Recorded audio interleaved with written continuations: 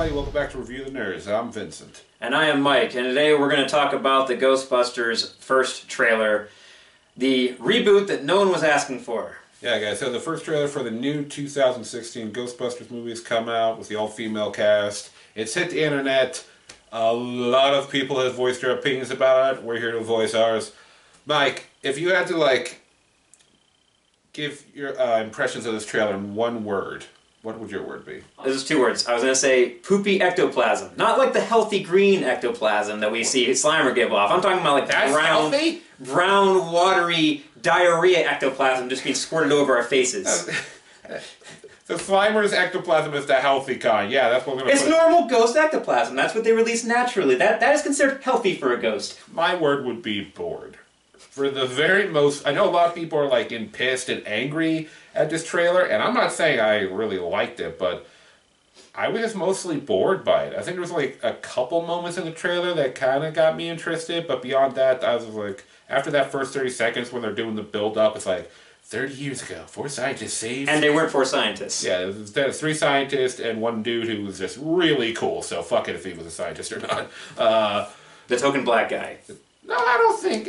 I mean... Dude, everyone complained about that back in the day. I guess it was... He was left out of all the advertisements. Only the 3 guys got promoted. He was left out of most of the posters. I know, but I still liked him so much. So yeah, I liked him too. Everybody likes him. Yeah, everyone likes him. But he didn't get the proper publicity that the other guys did. Token black guy, but Winston was a really cool character. He was a cool character. So that's why I know he's a token black guy, but I don't like to refer to him as a token black guy. Well, since we're talking about the token black guy, let's talk about the token black girl in this movie. Alright, now for one thing, that was the 80s. This is nowadays. We should know better. Oh, hell no. And just serving that role of like, you know, like where she's like, hey, you guys are all smart, I'm not. I'm street smart though, so I can help you guys figure this out from the street level and shit. Yeah. You guys are really smart about this science stuff, but I know New York. Oh, God. And you know what? It would suit Melissa McCarthy more because she comes...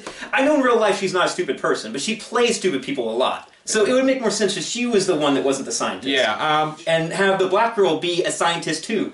Like, why does she have to be the one in the group that is not as educated as them? Because she's the bigger star. That's what it comes down to, I think. I think she has come out with a statement defending the character. Yeah, she tried to defend it, but like, you know, and the internet's blowing up with different people complaining about it. As a matter of fact, there's another YouTube, we'll post a YouTube link for this guy that goes on about some of the controversy with the way they handled this character in the film. But yeah, I just feel like it really, really is very, very much so behind the times, and it's kind of blatantly stereotyped, and I just don't like it. I'm offended by it, to be honest. Yeah. Another complaint I have with this movie is that it's supposed to be a reboot, but the trailer comes across much more like a remake, to the point where these characters are fitting archetypes that the original characters fit. Melissa McCarthy's kind of like the Bill Murray of the movie. Yeah, you know, it looks like Kristen Wiig is like the planner of the group. You know, she's kind of more of the Dan Aykroyd of the group. You have a mad scientist character, which is kind of like Egon, and I know that, you know, this one's a little more goofy than Egon, but it still fits that archetype. Yeah. You know, and then again, the token black character, it's just like, you know, they're not showing us anything that we haven't seen before, except it's like an inferior version of the characters we love. Kristen Wiig's character seems to be her funny aspect is she's going to be the socially awkward type. Let's go. Let's go. Oh. Did you want to? Sorry. I'll let you. Next time. Yeah, Melissa McCarthy's character, I feel like we learned the least about her character, except for that she seems to have the most paranormal knowledge. Beyond that, she seems to take on the leadership role in the group, because she does seem to be the one to motivate them and talk to them and stuff like that. I don't know. It's hard to tell between her and Kristen Wiig, but... I don't know. Kristen Wiig didn't give off a leader vibe to me. I think she's kind of like maybe at most a second in command, maybe. Now, see, I like Kristen Wiig. I really do. She's been really great in the past. I don't have anything against her. Melissa McCarthy, I'm kind of tired of this Melissa McCarthy age we're living in. You never really cared for Melissa McCarthy much. I like her a lot. I got nothing against her personally. She's not one of my favorites, but she's entertained me on it, you know, from time to time. I like her a lot in a movie called St. Vincent, where she was playing more of a straight role, but her... With Bill Murray. She's a one-trick pony. Like, her humor is always centered around her size and her awkwardness. I just get a little fatigued with the same thing over and over and over again. The only one of the characters that really think that I might, based on the trailer, that I think I might enjoy would be Kate McKinnon's character. I guess she's the Egon of the group. She seems to be more on the engineering edge, even, like, I mean, so was Egon. Yeah, but I think the engineering edge was a balance between Egon and Ray in the original, where it seems like most of the engineering aspects of their tools is going to be on her. In fact, there's this one scene where there's like a LED laser bear trap, and it was huge. And I hope that's not the trap they're going to use in the movie. I hope that's like a prototype, because that thing was big. She seems to be like the fun-loving one of the group, at the same time, maybe the badass. There's that scene where she licks the mini proton pack guns, which, I don't know, licking guns is just disgusting to me. I guess she's supposed to be badass. If you doing this out of context, that could have looked... Ew, dude, that's disgusting. I should put porn music over that. I like her in a sense that it looks like she's doing something a little different, even though she is filling that role of Egon, but at least she's bringing a little something. The other ones really didn't, like, pull me in, which is, like, once again, at least back to my feelings in the trailer, I was just kind of bored. Well, they're not really unique. They're cartoony unique. They're very one-dimensional. Like, they feel flat, and they don't have that life that's breathed into them like the original Ghostbusters did. You didn't disclose that the vehicle was going to be a hearse. It's a Cadillac! Oh, look, they're establishing a firehouse. They're establishing a Ghostbusters car and stuff like that. Yeah. So I'm confused. Because they say that Bill Murray is in this movie at some point. So is this the same universe, or is this a remake? Because I'm confused, because this universe, the way they're treating it as though they're developing all the stuff for the first time. In the years since, like, it was first announced, I mean, just like the cast alone, I have heard conflicting reports back and forth. Like, it's in-universe, it's out-of-universe, remake, reboot, sequel. Like, I don't know what's going on here. The trailer doesn't seem to want to give it up. Maybe in the next trailer we'll get a more clear answer as to where they fit. So the last thing we see in the trailer is that they're not reusing the firehouse as their location. They got their own headquarters, which appears to be an abandoned Chinese restaurant or something. Yeah. You see it very briefly, but it's very clear that their home base is partially an old Chinese restaurant. I mean, or maybe an active one, I'm not sure. Yeah, one of the things that I have an issue with this movie is that when it was first announced, the impression I got of how they're going to build a larger cinematic universe is that the original Ghostbusters, more specifically Dan Aykroyd's character, was going to be this guy who's basically made several Ghostbusters firehouses, and like they've become as common as firefighters or something like that. And there's several different firehouses. Yeah, I remember that. I thought that was totally going to be part of it. Yeah, and I just assumed this was going to be another firehouse. That was just that was going to be this cast, and then the Russo brothers with Chris Pratt and Channing Tatum are the rumored stars of it, that they're going to have their own firehouse. I mean, instead, though, they didn't connect it to that at all, and it's just like they're treating it like they're starting it from scratch, which was very confusing to me, because they had a very golden opportunity how to include Dan Aykroyd's character in this series. He could be like their boss. Yeah, boss, or even a mentor or something like that. Which, it was a missed opportunity. Yeah. Which, once again, linking back to the Extreme Ghostbusters series, where it was Egon in that show, that was a mentor type. But yeah, I mean, I know it hit the franchise hard and hit the hearts of a lot of fans when we lost Harold Ramis. But for God's sakes, I mean, as Dan Aykroyd, he's to be totally down for this. He was. But yeah, I'm sure he still is. I mean, this was his baby. He was the guy who was one of the co-creators of the whole series. He's not drinking out of a skull. I'm sure he's totally down. And also, if you look at the movies, it makes the most sense for him to be the one to carry it on, because he, of all the Ghostbusters, was the most enthused by this whole thing. Oh yeah. I mean, so it wasn't even work for him a lot of the time. It was playtime.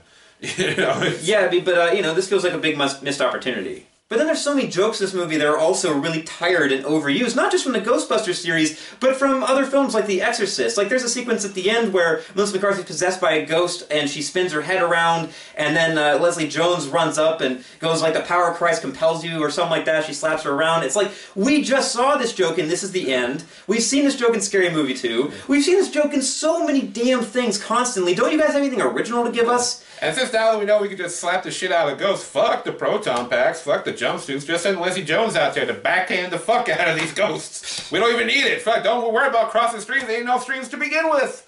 I mean, everything else that scares me about this trailer, though, trailers usually show you the very best moments of the movie to try to get, you know what, I'm going to go see this movie. If this is the best that this movie has to tease us with, then I'm very concerned. Yeah. Based on what I've learned, as many times as I could when filming the movie, a lot of the ghosts are actors who are like dressed up and they're in LED suits and then they get CGI over. I think that's a good idea, because then you have the actors can actually interact with something more than just like, I don't know, a big green foam thing.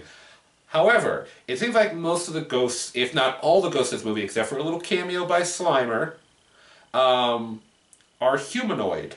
Whereas in the original series, you had a very wide variety of ghosts. You had humanoid-looking ghosts, you had like these monster-looking ghosts, you had goblin-looking ghosts, a great variety of creatures for the Ghostbusters deals. They're all ghosts, but they all had different forms. This one, they're all humanoid. And I gotta say, in that trailer, there wasn't a single ghost that really looked scary to me.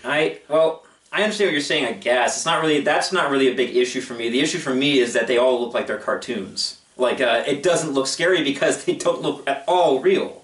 Whereas in the original, they used puppetry, they used animatronics, they had these things come to life using real actors and stuff like that. In this movie, it's just all like a bunch of CGI being splooged all over the screen. Yeah, that's one cool thing about the original movies. And, you know, I hate to keep referencing them, but, you know, there were parts of it was like, okay, this is definitely, you could see a scene like this kind of happening in a horror movie. There definitely were elements that were a bit creepy or scary. With this, I just like... Yeah, I feel like they're just playing like a virtual reality video game. I don't know. None of the ghosts really impressed me. Yeah, it didn't really pull me in at all. And nice to see Slimer. Beyond that. And then another thing is that I really just hate the business strategy this movie's going with, because obviously they're trying, like everybody else in the entertainment industry, they're trying to rip off the Marvel design of doing an expanded universe.